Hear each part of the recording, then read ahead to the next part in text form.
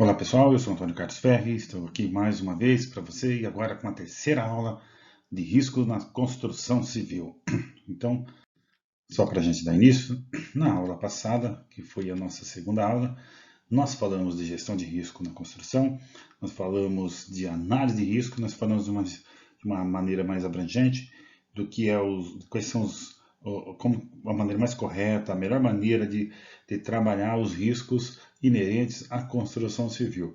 Na aula de hoje, né, que nós iremos trabalhar, que é a aula 3, nós iremos trabalhar a avaliação de riscos, nós iremos falar das estratégias e métodos de avaliação de riscos e os métodos, falar um pouco dos métodos qualitativos, semi-quantitativos e os quantitativos.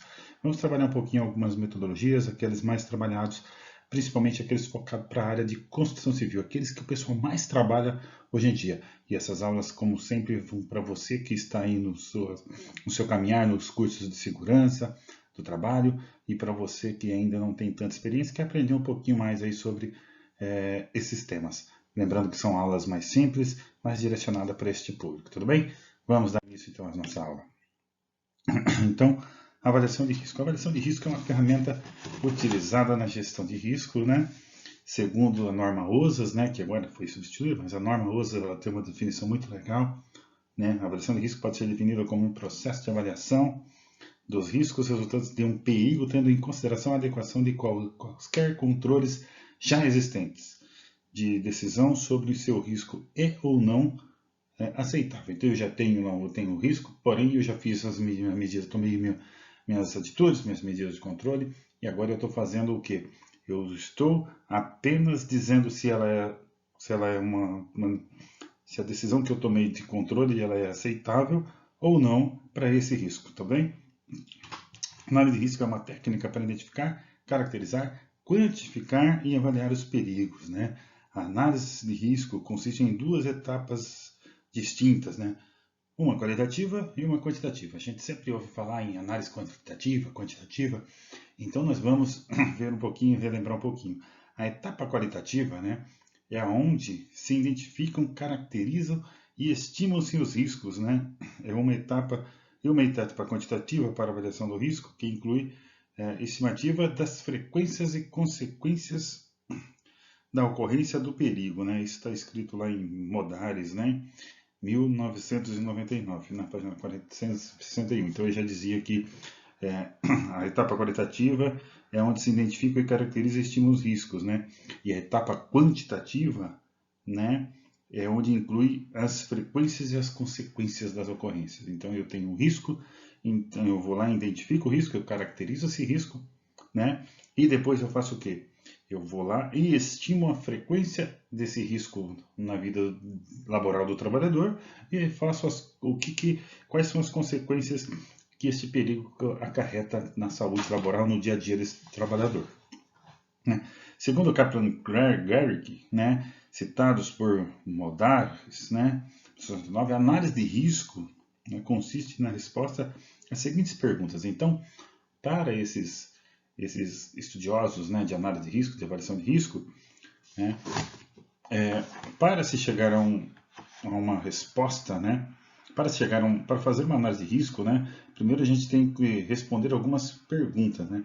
O que é que pode ocorrer, né? O que pode ocorrer mal que resulte numa exposição ao perigo? Então, o que pode ocorrer mal se eu estiver aqui agora nessa situação aqui sentado na frente do computador agora conversando com vocês? Eu posso cair da cadeira, né? Posso cair dessa cadeira, a cadeira pode quebrar.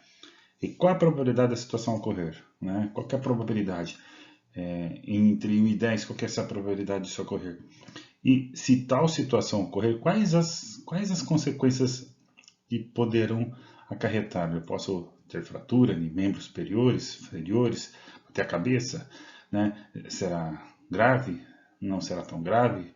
Isso é o que a gente indica que consequências expectáveis, né? E para isso a gente são algumas daquilo que a gente trabalha, né? Dentro da avaliação de risco, pessoal, esse quadro que vocês estão olhando aí agora, ele é um fluxo, né, vamos dizer um fluxo, um infográfico, um diagrama, seja lá o nome que vocês chamarem, né, que muitas pessoas chamam nomes diferentes, mas entendam bem, esse infográfico que vocês estão vendo aí, esse fluxo, né, da gestão de riscos, ele dá para perceber muito bem, e ele vai ser trabalhado quando vocês tiverem que trabalhar também lá na parte do GRO, do PGR, que vocês terão que trabalhar também mais para frente, né, que vai entrar em vigor lá em março de 2021. Então, essas são as etapas que a gente precisa de cumprir, né, para um processo de gestão de risco e também lá para o nosso PGR e GRO. Então vamos lá, quais são essas etapas, né? Identificação dos perigos e riscos e possíveis consequências, né? Então, essa é a primeira das etapas que a gente irá trabalhar. Então, identificação, perigos e possíveis consequências, né? Então eu vou lá numa determinada área, determinado posto de trabalho, identifico, né, os possíveis perigos e possíveis consequências. Isso pode ser num projeto também, né? Se a gente fala de área de construção civil, a gente pode pegar todo o projeto de construção, a planta baixa, o projeto de trabalho, o projeto da construção, e tentar detalhar e identificar todos os possíveis perigos, né? E aí, o que a gente faz? Depois disso, nós iremos, né, trabalhar o quê? A parte da nossa população, né, que estará exposta, identificar essa população exposta, se são, né, quantos serão, se são homens, se são mulheres, dentro disso tudo a gente faz essa identificação básica, né? Depois disso feito tudo isso, a gente faz a estimativa desse risco. O que é a estimativa do risco, né? Estimativa do risco é eu verificar o quanto esse risco poderá afetar o nosso trabalhador. O que é isso daí? Eu pego o meu perigo e faço, né? Eu faço probabilidade vezes gravidade, que é uma tabelinha, né? Que tem muita gente que gosta de trabalhar com aquela tabelinha 3x3, né? De probabilidade, né? Que é aquela tabelinha de matriz de risco, o pessoal fala que matriz 3x3 tem 5x5, mas a mais simples é 3x3, que tem lá baixa, média e alta de um lado, que é para probabilidade, e por outro lado gravidade, baixa, média e alta também, faz o cruzamento e identifica qual que é o tamanho, estima esse risco que vai afetar o trabalhador. Feita a análise de risco, a gente vai para o quê? Para avaliar, a gente faz a valoração desse risco, que pode ser de forma, né, continuando de forma qualitativa ou de forma quantitativa. De forma quantitativa é quando a gente fez todas as medições, que a gente vai ver um pouco mais para frente, medições através de aparelhagem, ou através, continuando com essas matrizes de risco ou outras ferramentas que a gente utilizar para dar essas possibilidades aí de cruzamentos aí para a gente ver, para a gente estimar a exposição desse trabalhador a determinado risco. Feito isso, na última etapa da gestão de risco é a parte do controle, né? Controle de risco. Então é onde a gente determina quais são os controles, né? Que a gente já viu lá dentro da hierarquia de riscos, né? A gente viu as três principais, que é controle na fonte, controle no trajeto e controle no trabalhador. Essas são a hierarquia de risco, hierarquia de controle, né? E passando isso, nós iremos falar um pouquinho de estratégias e métodos de avaliação, né?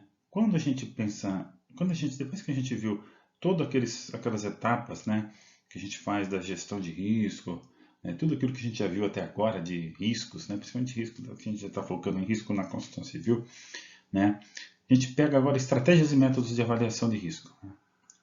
O que vem na cabeça de vocês agora? Para pensar um pouquinho. Estratégia e métodos. Para pensar. Talvez tenha aí no meio de vocês aí que está me ouvindo, que está me vendo, né, que está vendo essa apresentação, essa aula, alguém que já fez aí algum curso de nível superior e que quando fala em métodos, né, já vem lá o famoso TCC, a monografia que a gente faz lá, os métodos que a gente aplicou para o desenvolvimento do trabalho, né, como que a gente trabalhou toda a coleta de informações. Aqui é muito próximo disso, é isso mesmo, né, como que a gente faz isso. E aí a gente vai trabalhar da seguinte forma, né, então, para trabalhar os métodos, né, existem diversos tipos de métodos de avaliação de risco. Logo, veja bem, se a gente tem vários métodos de avaliação de risco, logo é necessário conhecer um pouquinho de cada um deles, né? Perceber o seu âmbito de identificar as suas limitações e sua aplicabilidade a determinado projeto ou setor. Então a gente não vai pegar qualquer método ou qualquer metodologia e falar, essa aqui é boa, eu vou aplicar. Não, a gente tem que entender qual que é a melhor estratégia para a máquina, ou para a identificação de risco, porque se, por exemplo, a NR12, a gente tem que trabalhar de acordo com as metodologias já que diz lá nas NBRs aplicáveis, né, a apreciação de riscos de máquinas, né? Então já tem próprias para isso. Para aquelas que, por exemplo, de avaliação quantitativa de riscos, né, de riscos químicos e também de agentes químicos e de agentes físicos, né, como o ruído, por exemplo, a gente também tem métodos e estratégias próprias, pré-definidas também de higiene ocupacional, que a gente tem que seguir, a gente não tem como fugir disso, né? E para outras, a gente tem que buscar as alternativas mais apropriadas, que a gente vai ver um pouquinho agora. Então, não é qualquer uma. Nesse sentido, é necessário definir o alcance das análises, identificar os eventos ou cenários suscetíveis de provocar danos e, por fim, proceder à estimação do risco. Então, se vocês perceberem, se vocês pegarem a nova NR1 também, fazendo uma paralela aqui, se vocês pegarem a nova NR1, o novo texto da NR1, isso aqui que a gente está falando, ela está ligada lá ao PGR, ao GRO, como eu disse no começo da aula, né? Então, isso aqui é muito fantástico que a gente está aprendendo aqui para vocês, que vocês já vão se familiarizando com essas terminologias, com esse pouco que vocês estão conhecendo aqui, aprendendo aqui, falando de estratégias, métodos e algumas coisas relacionadas à construção civil, que é o nosso foco, vocês também estão dando um grande passo para o conhecimento básico já voltado para o GRO e o PGR, como eu disse, tá bom? Então, só para dando continuidade, a gente agora vamos trabalhar e ver quais são os métodos que a gente tem. Então, nós teremos métodos qualitativos, semi-quantitativos e os quantitativos, né? Os métodos de avaliação de risco podem ser classificados em qualitativos, quantitativos e semi-quantitativos. Avaliar o risco, né, pessoal, é assim, ó. De uma forma genérica, significa identificá-lo, tipificá-lo, caracterizá-lo e medi-lo. Então, eu identifico, eu vou tipificar ele, então eu vou lá e identifico que existe risco, identifico todos os riscos, depois eu vou tipificar. Que tipo de risco é esse? É um risco tipo físico, tipo, sei lá, químico, né? Caracterizá-lo é o quê? Eu vou caracterizá-lo como mediante as suas agressividades ao organismo, mediante como que ele se apresenta no ambiente e como ele ingressa no próprio organismo também. E medi-lo, né? Que aí é aquela base da parte de avaliação, propriamente dito. A identificação, tipificação e caracterização do risco correspondem a uma análise essencialmente qualitativa. Então, ó, identificar, tipificar e caracterizar é a parte de avaliação qualitativa.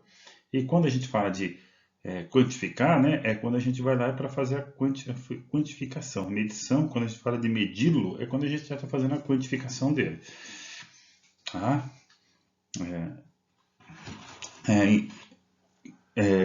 E a identificação, como eu disse, e caracterização é o risco que corresponde a uma análise essencialmente qualitativa, enquanto que a sua medição implica em fatores de cálculo, né? Pelo que recorre a uma análise quantitativa, né? Então, eu vou precisar de cálculos, né? Quando a avaliação é através de métodos qualitativos revela insuficiente para alcançar a adequada valoração do risco e a complexidade subjacente aos métodos quantitativos não justifica o custo associado à sua aplicação, recorre-se aos métodos semi-quantitativos. Então imagina bem, né, eu não tenho os qualitativos,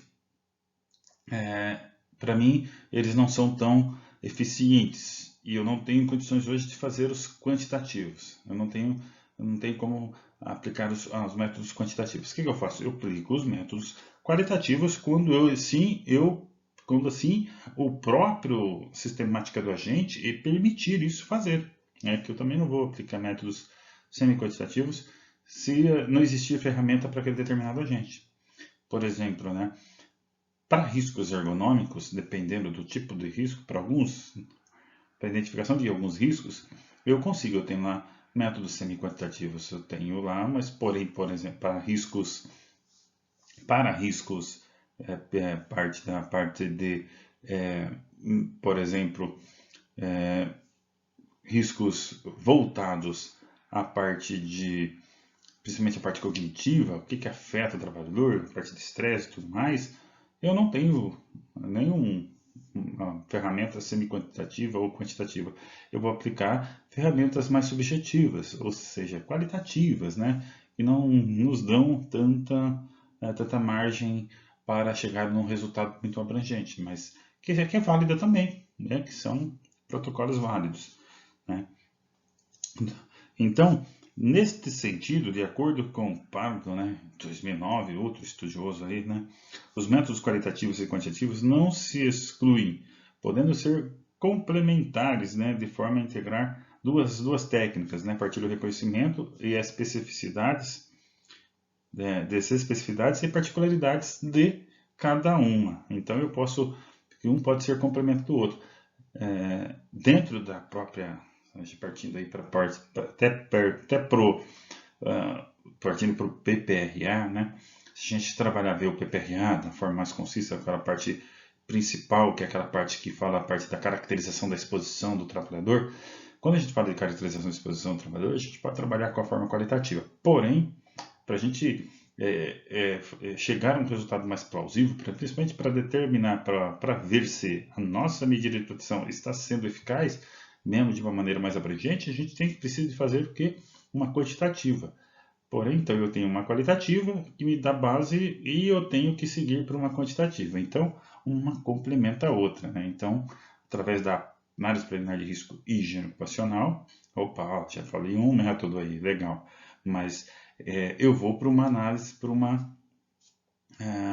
análise quantitativa, que é através das medições, das avaliações através de aparelhagem da higiene ocupacional. Tá ok? Então, vamos lá. Dentro desses métodos, métodos qualitativos, então vamos lá. Métodos qualitativos, quais são as vantagens dos métodos qualitativos? São métodos simples, não requerem quantificação nem cálculos, não requerem identificação exata das consequências, então ele é muito simples de trabalhar porque ele não requer muita coisa. Porém, ele tem algumas desvantagens que são o quê? Métodos mais subjetivos, aí está dizendo que requer experiências dos avaliadores, mas por quê? Porque precisa fazer um bom reconhecimento de risco, mas em teoria, essa experiência pode ser advinda apenas do curso que vocês estão fazendo. Se vocês focarem bem firme no curso de tudo aquilo que for que o seu professor, que o seu tutor passar para você de informação, principalmente no que diz de reconhecer, de identificar o risco, você consegue, essa experiência pode ser embasada na seu próprio tempo de estudo. Não permite efetuar análise custo-benefício. Por quê? Porque você não tem como mensurar, não tem como dar o tamanho para esse risco. Então, esses são os métodos qualitativos. Dentro dos métodos semi-quantitativos, a gente pode falar de que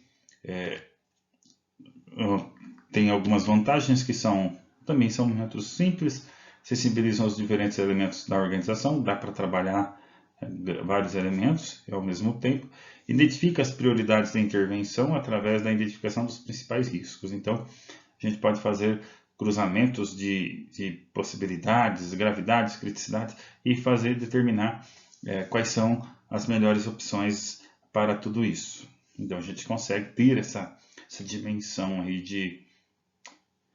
de quais são os principais riscos a serem atacados ou como prioridades, né?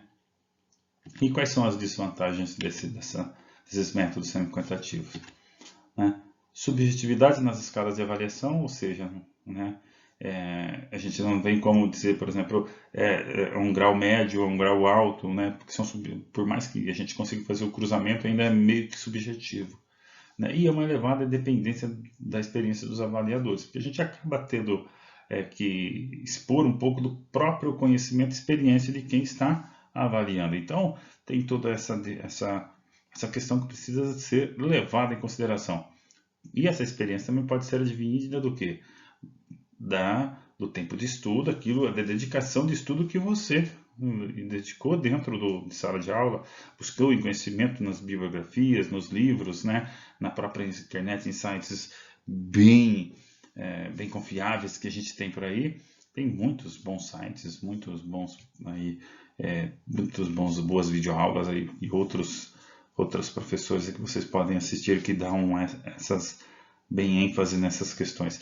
Então, ela não precisa ser apenas de experiência, né, de experiência prática, ela pode ser a experiência do que você tem que você buscou dentro de sala de aula, buscou de conhecimento também.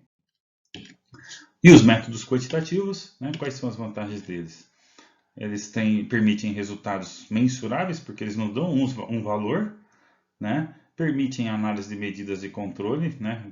Porque aí, como a gente já tem um tamanho de risco, a gente percebe, porque a gente dá para fazer comparação com as normas, a gente consegue comparar, por exemplo, faz uma medição lá, determinado agente químico, a gente compara com a NR15, lá, qualquer um dos anexos, ou 11, por exemplo, faz de ruído, compara com o anexo 1, faz de calor, compara com o anexo 3, então a gente vai lá tudo fazendo toda a comparação. Então a gente dá para fazer uma análise e nos permite indicar uma medida de controle mais eficiente, né? Linguagem objetiva permite efetuar análise custo-benefício, porque como a gente chega no resultado melhor, o custo-benefício também já está para ser mais identificado. E qual é a desvantagem desse modelo, desse método? Complexidade, requer cálculo, né? Porque por mais que a gente pegue um aparelho e às vezes coloque no trabalhador, a gente tem que fazer alguns rascunhos para tentar fazer o tempo de, por exemplo, de uma bomba gravimétrica, calcular o tempo de vazão da bomba, a gente exige pelo menos um rascunho de contas, a gente fazer um cálculo médio, rápido de vazão, de ar, às vezes de ruído a gente precisa fazer alguns cálculos rápidos lá, principalmente quando a gente não, por exemplo, a gente não tem lá um dosímetro, então a gente faz cálculos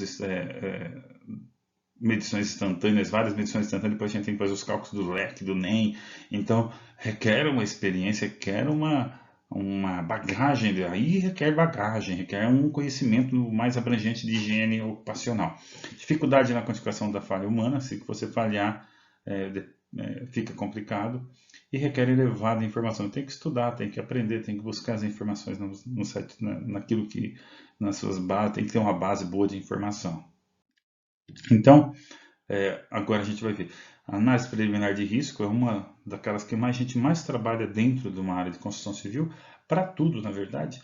Nas obras de construção civil, nós acabamos utilizando a análise preliminar de risco. Por quê? É através dela que a gente faz a permissão de trabalho para que determinados trabalhos sejam executados, né?